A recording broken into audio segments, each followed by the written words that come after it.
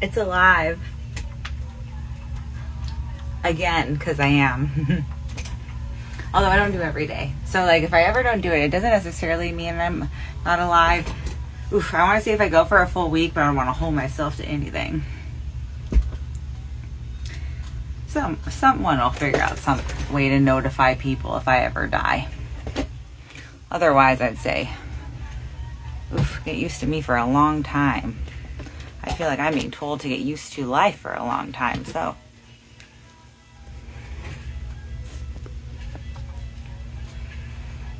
Verbal autobiography.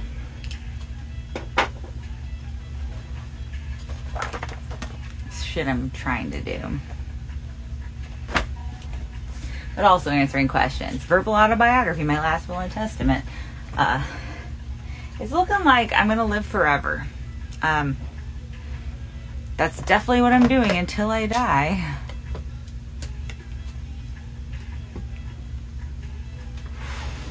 But if I did die, this would be my last will and testament. Because I'm trying to say stuff that I'm going to stand by forever. It's super cringe, but like, I'm a whole part of my life is having it. This shit's cool. It's a gift I got and never opened up. I've had it for like 3 years.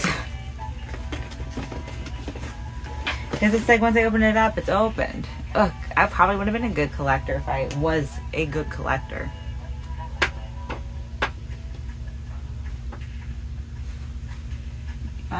Alright. I'm answering the questions. I just have a feeling that they're not going to be marry, fuck, kill. And like, I'm just at a place right now where all I want to do is answer marry, fuck, kill questions. I don't want to answer a lot of deep questions. I just want 3 random fucking words and then the verbs marry, fuck, kill with them.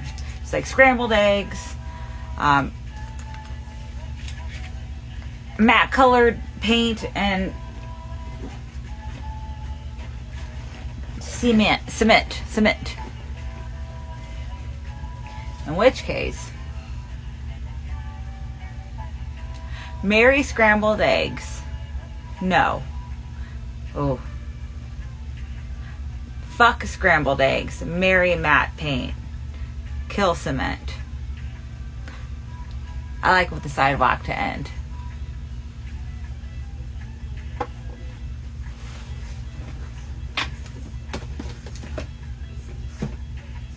Alright, there are some deep questions because the theme is friendships and found family.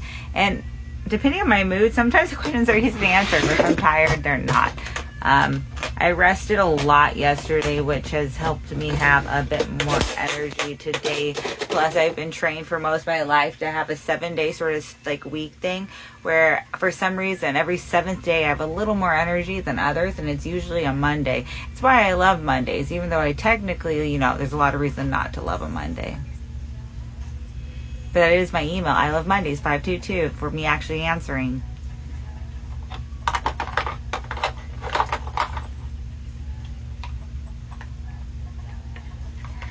Alright, what makes you feel left out? I was born to feel left out, so it's on no one. That's definitely something I've discovered, is that I just have a flair almost for loneliness, and I'm just going to have a tendency toward it.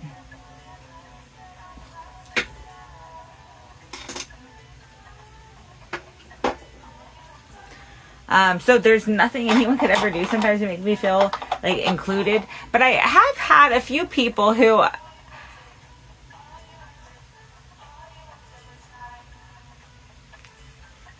make themselves very present in my life without me having to almost done like a certain effort. And obviously like parents for sure.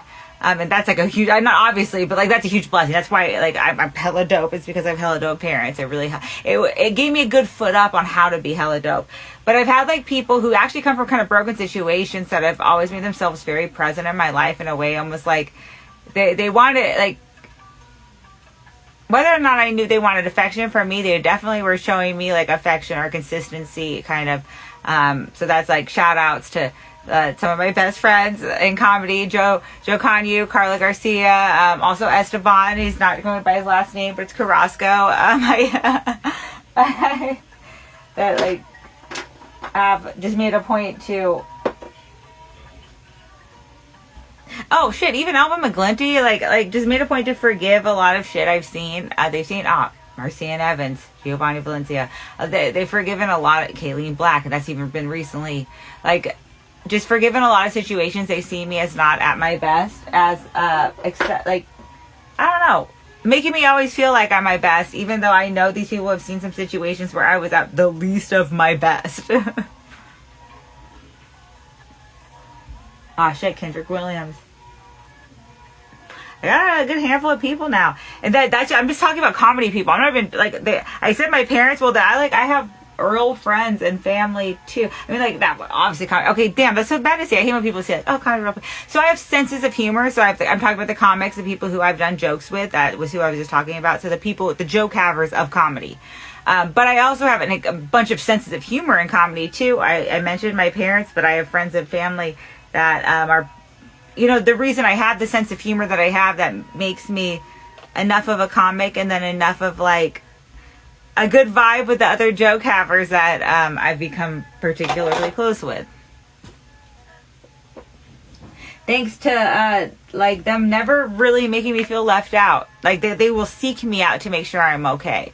Like I talked about my car, the whole thing with the my phone getting ran over by a car. Well, I thought I thought the phone was in the car. And so we had actually left the first spot and got to the second. My phone got ran over by the first spot. So it dropped out of my pocket when I probably went to use the bathroom at the first spot. Which was in the same campground, which is an amazing campground. Like basically heaven on earth, Shelter Cove. I love it. It's such a mermaid shit. It's such a mermaid vibe. It's so hot. It's like hot, cool stoner mermaid vibe. And when we were at the like hotel, I was like, everyone was kind of just getting comfortable and stuff because we had pizza and we had beer and I was in the car just trying to get into every angle to figure out this phone. Like I was like, I'm gonna use whatever size I have to just get into every place this phone could. Like I'm gonna search every fucking inch of Carla's car. I can tell you Carla Garcia's a good person. I've searched every fucking inch of her car. Like I got stuck searching her car just to find my phone, and I got so stuck that there was actually that moment where I knew I couldn't move. I was like, damn, I got myself in some position. Like I was thinking I'm not afraid because I know my friends. I know within like at the very most 15 minutes, it is likely going to be just a couple. Someone's going to come out and look for me right now, or offer me something. I know my fucking friends, and that's good because like I'm actually stuck, so I'm gonna need help getting out and shit. Like so I'm like I'm like damn, like someone's gonna come out here, my cry of help, thank God. But at the same time, I'm very independent, so the bruise is already healed, but I like wrecked my arm on bruises getting out of it though, and it's so funny because as I was seriously fucking getting out of it, sure enough, I had like a friend coming up, like, hey Amy, are you okay? Still looking for your phone? Do you want pizza? Like I was like, damn it, hell yeah. I didn't even have to, like, I probably could have just relaxed and not, like, I had someone take a look at the situation, help me out of it, but it would have looked like we were filming a porno because I was stuck in the sexiest, most terrifying way. Like, porno stocks. You know, like, they used to put people in the town square stocks for misbehaving and things, but then it's like, oh my God. Kind of a misbehaving position to put you in for misbehaving.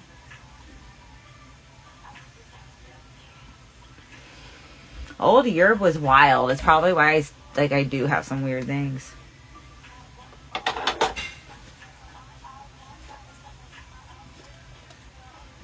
Alright, what do you bring to a friend group? Ooh, I have not read a lot of these questions. I haven't read any of these questions I had. Oh no. I would say personality and words, personality and conversation, but you really have to have a certain sense of humor to have even vibed with it, and that amount of people before doing comedy was very few and far between. After doing comedy, it's people that are that, but they have their same conversation and personality they bring, but I guess it's the same thing with it too. And then we also have different, it's all combinations. People just be peoples. What do I bring to my friendships? That's the real question. What do I bring to my friendships? God damn. whatever my personality is. I'm so sorry. God, fuck, I have nothing. It's company, it's conversation. I'm so sorry. I can give her a really good hug. I'll try. It might be too long or too hard for you though. I'm not sure. Company, conversation. Man, those might both be annoying. Man, what do I bring? It's really hard. It's one of the things that I'm just really circuiting out on right now, because everything that I brought, like ash, well, no, not ash, though, like that ass, cash, or grass, I'm out of. So it's like, what do I have to bring to anything anymore?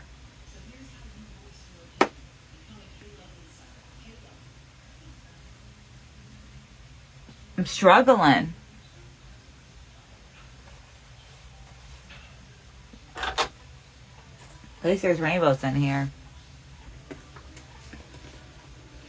And they don't even stay, but they always come back. What's your funniest memory with a friend?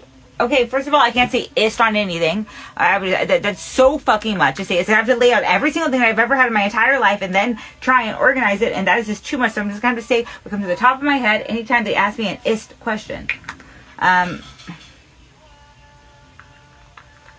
Well, so then I can just talk about more recent, like, funny memories. Let me think about something. I already talked about it before. When I shotgunned my vape, I tried to blow a vape out of my friend's window in the backseat of the car on the freeway, and I shotgunned my own vape and got double high. I was like, shit, I should do this for money all the time. Ghost ride the whip and shotgun my own vape.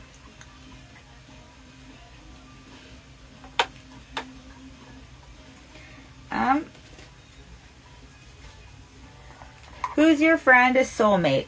I will definitely say Caitlin Haynes, because I have a lot of memories, even before we were close, of us sitting near each other and her just laughing at my shit.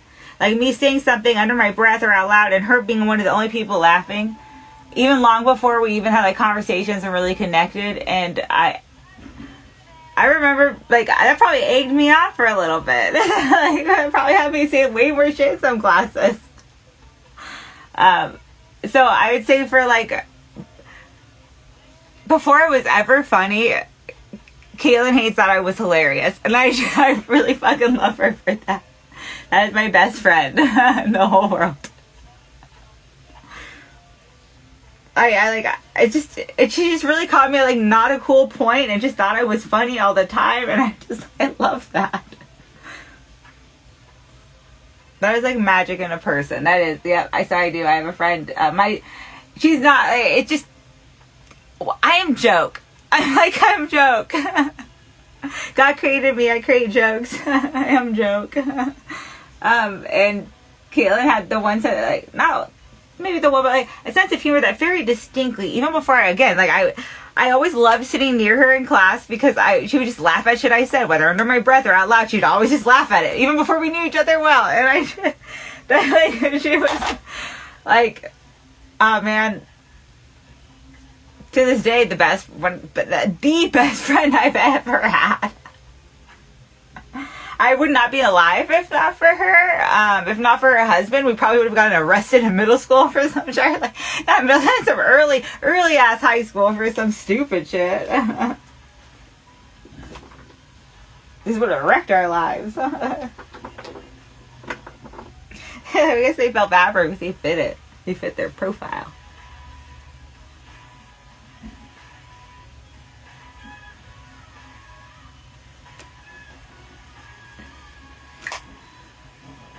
But Christian school should know not to be like mean to widows, and his like mom was a single mom. I'm not saying she's a widow, but she was a single mom.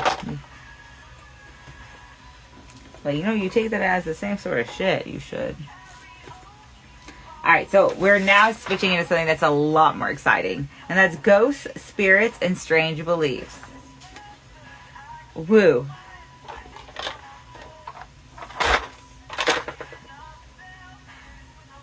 We're getting right into them. The music might be too loud. Hold on, let me see.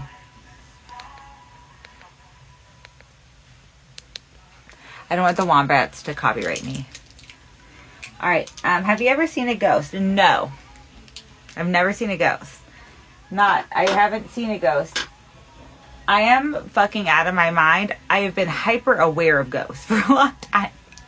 I don't know how to explain how you can be aware of them and not see them, but like that's you know, they wouldn't show themselves to me because, like, if I see them 100% from the very beginning of my life, I would have known too much by seeing them.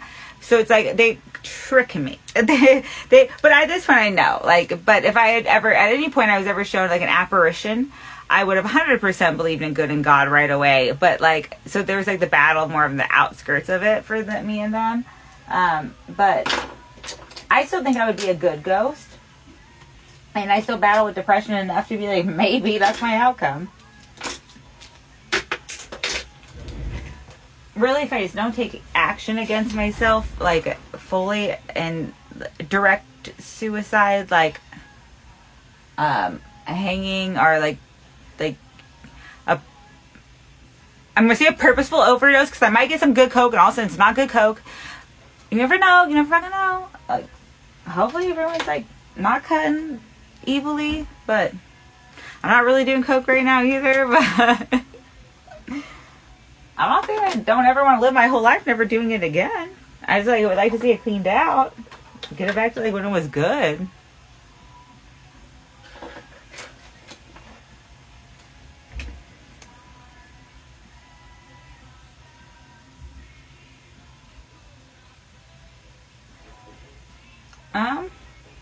But I've never seen an apparition, but I've been aware of ghosts since young. I just didn't know what they were, although I guess that's what they would be. And I got really blessed, I guess. This is why M. Night Shyamalan is one of my favorite fucking directors. With The Sixth Sense, like, early on, where I was like, huh. I didn't see ever apparitions, though. But I was, like, aware of stuff without, like, having experienced it. I don't know how to explain that. I think a lot of us are. I think a lot of us have, like, been aware of ghosts without having seen apparitions, but I don't know shit. That's just what I think. Do you believe in the supernatural? What we can... Yeah, absolutely. What does anyone consider natural? I'm sure every person that even has it... Every person, even with the most naturally natural definition of natural, has seen something super.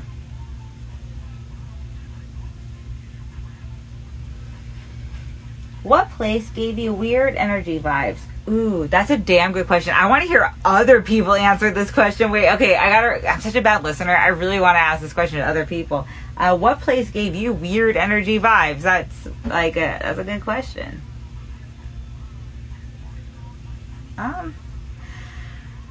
For me to answer,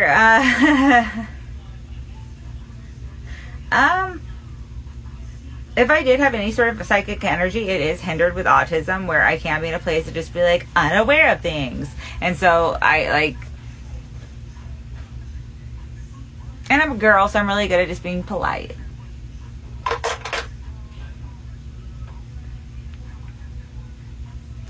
What place gave me weird energy vibes? I don't know.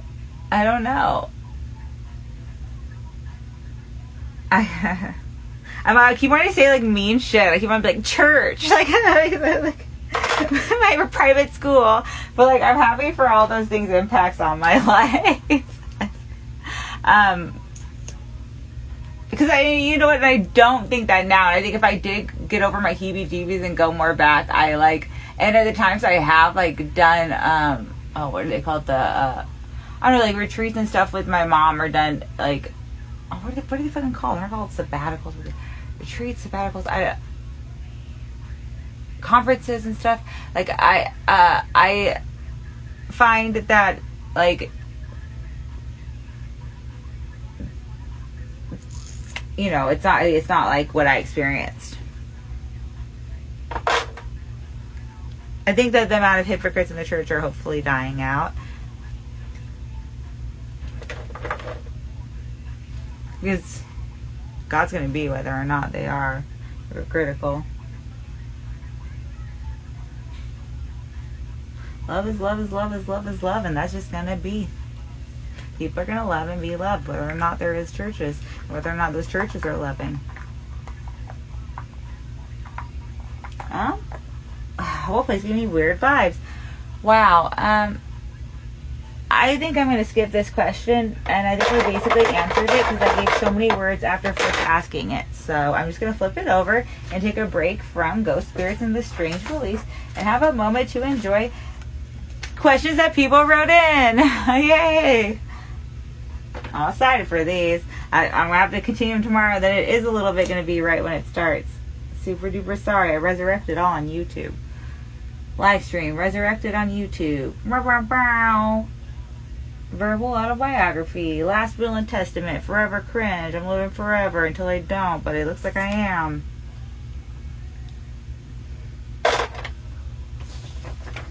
What is your type? I don't really know. That is actually a really funny thing. So for type, I would almost, I'm not really either of these things, but I would almost call myself sometimes a polyamorous asexual. Like, I love everyone, but I'm just not sure if I want to fuck anyone, or I'm sure if I want to be fucked. And so it's just like, it's hard for me to sometimes figure that out because of like a trust things and like love of people almost. But things be figuring. My type, I really like people who think I'm funny, and I really like funny people. I like a good sense of humor. Love isn't easily offended. Oh man, shit, probably all that other shit about love too. That's my type. Love. Love is hella my type. Patient people, kind people, not easily angered people. Not easily offended.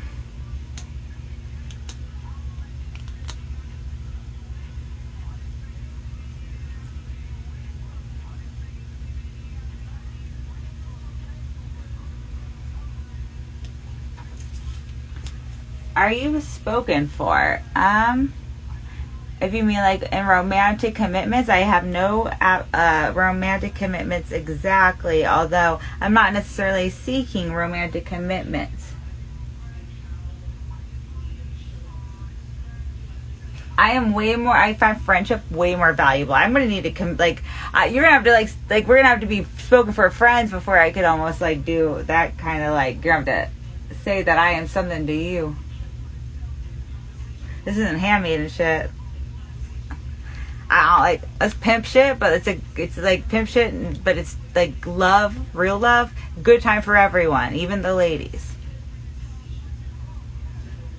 I mean, that's what like I think heaven on earth would be, you know, real love, pimp shit, heaven on earth. This is why I've already in churches. Although not impossible, do you feel love is next to you? So, although the person asking me the question admits that love is not impossible, do I feel that love is next to impossible?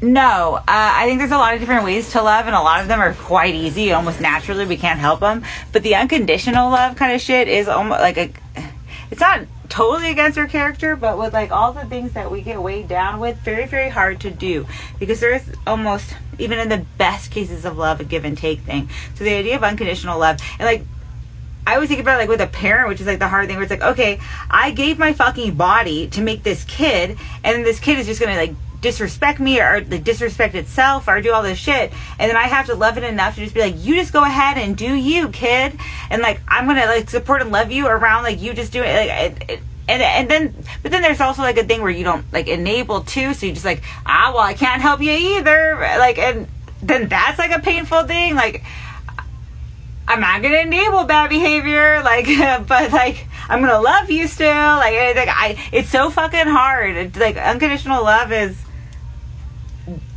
whoa, yeah, shit for us. I would say, yeah, it feels like next to impossible. But I'm trying to just figure out like the love types and love languages before I even.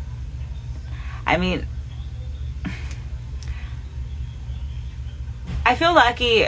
Friendship is sometimes, and also blood relations, depending on, especially blood relations that really kind of like make any amount of effort back, not to be like a piece of shit, like steal from you or anything, but like just actually, I don't know, just even, I always say, because like I've had family really grossly stolen from, But